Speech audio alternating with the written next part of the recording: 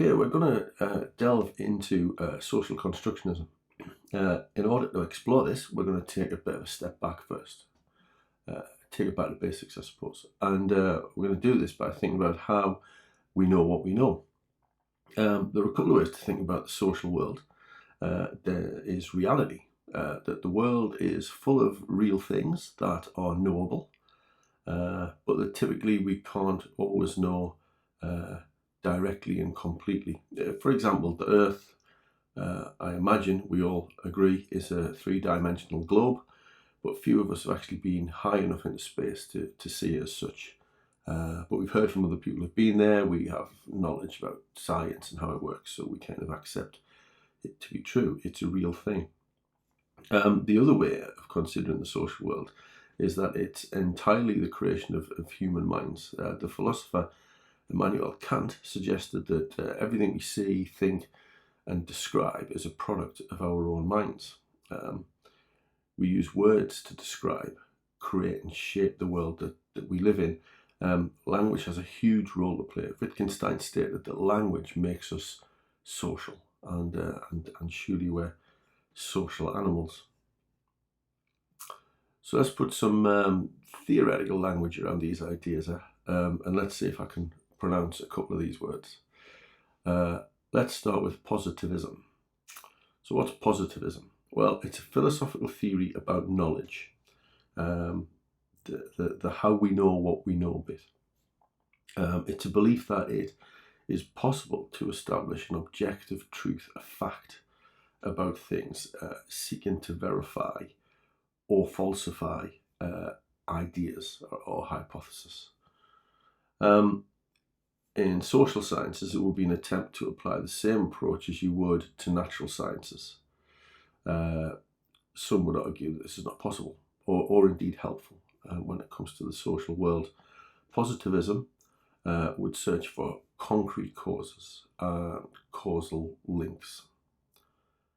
There are some criticisms of this, as you'd imagine.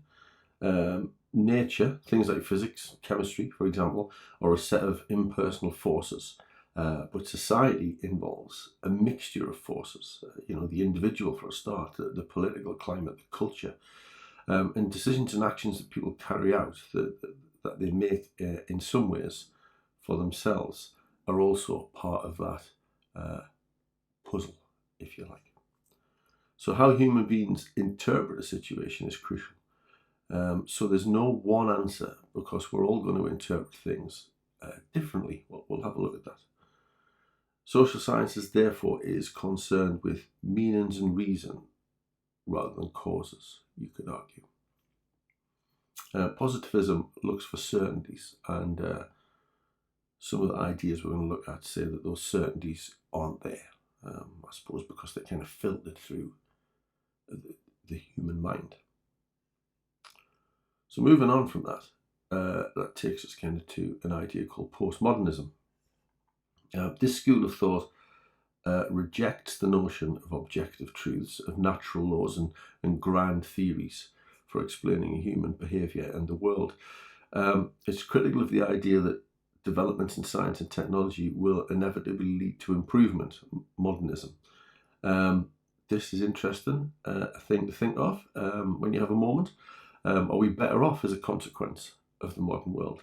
Alvin Toffler, in his book Future Shock, says that as a human animal, we're colliding with the incessant change that we see in the world around us, and that we're simply not, biologically, from an evolutionary sense, we're not ready for the modern world. This always switched on, always ready to go kind of world that we inhabit. We're not ready for that. Our brains, our physical makeup isn't prepared for that. Postmodernists feel there's no absolute understanding of society or reality, and our sense of reality is shaped through social interactions and processes. So this gets us to social constructionism.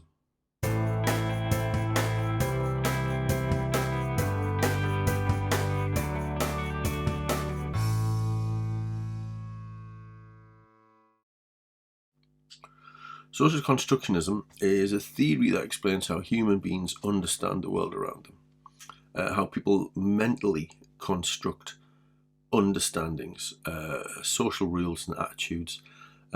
This is a constructed worldview and comes about as a product of socialization with their family, their friends, education, media, culture, other influences, class, religion. A social construction is also how a narrative or a theory is built up, how it's refined and understood by individuals, and how knowledge is co-produced through interaction and reflection. It's critical of the positive approach to knowledge, that everything is knowable and an absolute fact, and it challenges us, pushing us to be suspicious of assumptions. That's a quality that is very wise for us to hone as social workers, to have a healthy suspicion, possibly of the world. Jürgen says, all knowledge is historically and culturally specific, and we must therefore extend our inquiries beyond the individual into social, political and economic realms for a proper understanding of the evolution of present-day social life. How have we got to where we've got? We need to take all of those things into consideration. So when we watch programs or films made in the 60s, between the 60s and the 80s, for example, we see social attitudes that were very different towards women, towards parent of children, towards family roles, attitudes to ethnicity. So clearly a lot's changed in the last 50 to 100 years, and much of that is about the discussions that have taken place around those things. Changes in attitudes are reflected in language. For example, words that are now deemed to be offensive, like retard or cretin or idiot, once had scientific credibility. And if you go back to laws, you'll see some of these words, in laws. Even when I was a social worker, we had the Chronically Sick and Disabled Persons Act. I mean, that's not quite as bad as some of those words I've just used, but it's not good either. When those words I've mentioned began to get used in a pejorative way, new terminology emerged, and we had the mentally handicapped, and that's still a word, as I understand it, that's used quite a lot in America, and that was then replaced by other phrases, other words, like, for example, learning disability. And that's all part of a process of redefining and rejecting descriptions that no longer fit with values and standards. So language has a real power, but can be shifted. And another emerging dialogue is around gender and ideas of gender fluidity. Gender in relation to biological sex, and gender in relation to sexuality, or so terms such as non-binary, for example. And discussion of correct pronouns just show the power of language, don't they? Different constructions are maintained by patterns of action, practices, if you like. So the way we conduct ourselves in situations, for example, there's a construction of lecturer. You expect certain things from me, from us as lecturers. There's a construction of student. We expect things from you, and others have a view of what student is that might be different to yours and might be different to mine. But how we behave in such situations is rooted in what we're expected to do, and often sometimes what we've done before, or we understand that others have done. So knowledge in reality is constructed in daily interactions and conversations, which shape our understanding of how we go on in the world. Language and words are there in the world before we come along. When learning to talk, we have little option to understand and express ourselves with existing words and concepts, especially if we want other people to understand us. However we talk about it comes out of a tradition or a community that we're part of. These descriptions get agreed among us, agreed among a community, or agreed among a family, or agreed among a profession. Social work has its own language. We'll have a look at that in a little bit. And what that does is gives us a common understanding and a language for an object. But why do these social constructions change? Well, because knowledge is sustained and built through the process of socialization, conversing, establishing common understandings and revisiting ideas so they get refined and altered. Here's a little exercise for you. That's because you've listened to me for long enough. I'm going to put a picture on the screen. What's this object? Think about what this object is and what it would mean to you. How would you construct this object, this thing, if you were a chemist? How would you construct this object if you were an environmentalist? And how would you construct this object if you were thirsty? Have a think about that. Leave the video playing, and I'll give you a minute or so to have a think about that, and then we'll have a look at that. But leave the video playing.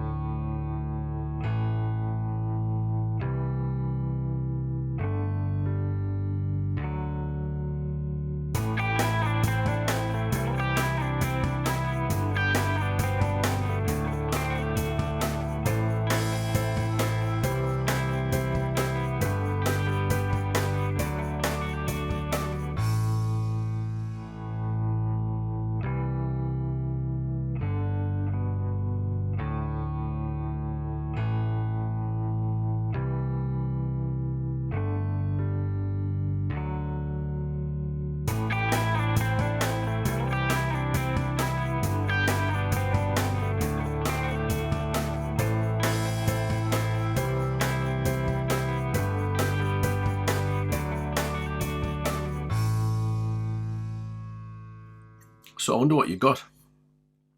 Well, as a chemist, you may well see the chemical components of hydrogen and oxygen combined as two atoms of hydrogen and one of oxygen, and here presto, you get water. I have no idea how that works. As an environmentalist, you might see a precious commodity not to be wasted, or something that sustains not only ourselves but ecosystems around the world. Someone is thirsty, you might just drink it. You might also see it as the thing that makes up the largest part of your pint of lager. Let's have a look at social constructionism and language. Vivian Burr captured the power of language very neatly. When people talk, the world gets constructed.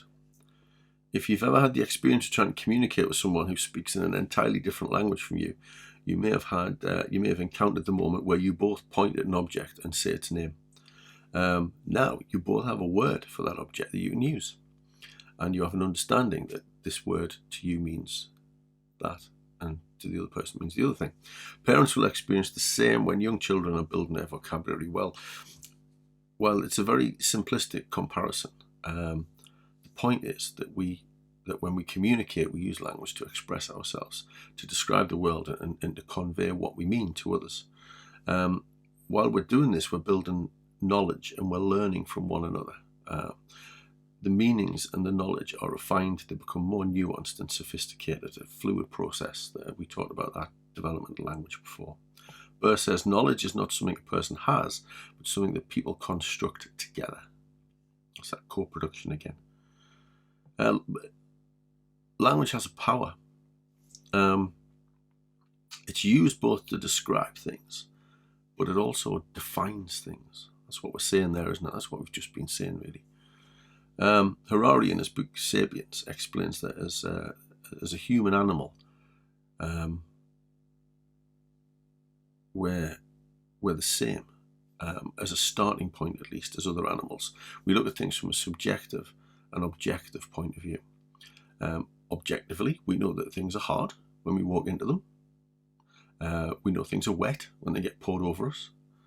And we also have a subjective point of view. You know, I'm afraid of heights. They give me a real sense of fear, a physical reaction to it. Even if I see a high situation on the TV, I get a physical feeling of my legs turning to jelly because I feel fear. And that's a primeval instinct, isn't it? So we've got a subjective and an objective view of the world. But in addition to this, Harari goes on to say that unlike animals, we tell ourselves stories about things. He means social constructs.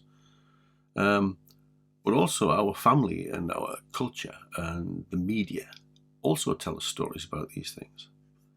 So we tell ourselves, or people tell us stories about what parent means, what school means, what student means, what father means, what mother means.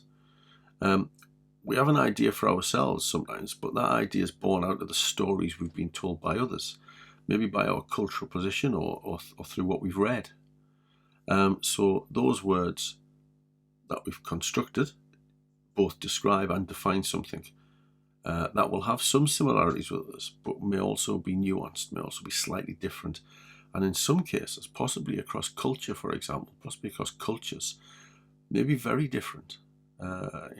Ideas of family, for example, aren't fixed. Weatherall and Mabon in Stephen's book, Understanding the Self, says that this also extends to feelings. Quoting Rosaldo from 1984, he says, "Feelings are not substances to be discovered in our blood, but social practices organised by stories that we both enact and tell." Social constructionism then suggests that we should resist accepted and powerful forms of knowledge, because these stories have a power, and we should resist those, because as we've seen in how we now talk differently about disability or ethnicity, those kind of things, we've discovered that some of those social constructs were not right. They were never right, but they were accepted, and the language around them was accepted. So we have to be cautious and always be very critical of these languages, or this language that we have. So we should question it. Why do we deem something acceptable in one context and not in another, for example? In terms of this construction of self, the person and social context merge. The person and social context merge, because the boundaries of both person as an individual and context they're in can't easily be separated from each other. Some would argue that psychology seeks to actually switch off that social context and influence, so that the picture of the individual psychological makeup is not complicated by such things, such external factors. Social constructionists say that this is simply not doable. The social world, someone's social history, social structures, and everyday conversations and interactions with people need to be at the heart of kind of how we view people and our interventions and interactions with them.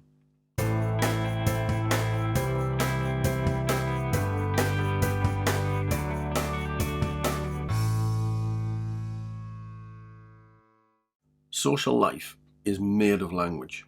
How we describe what we see and do, how we make sense of it and give it meaning, is rooted in language. So language is not a mirror reflecting the objects of our world, but a tool that constructs the world. When we talk, we construct. That's that from before. Knowledge is flexible, therefore, not necessarily concrete. It moves and shifts. The particular common sense view of the world prevailing in a culture at any point in time is bound up with power. We're getting into the work of Foucault here. This is referred to as normalizing truths. We normalize or accept as a given a particular truth, a particular way of viewing things. And this brings us to the idea of discourse.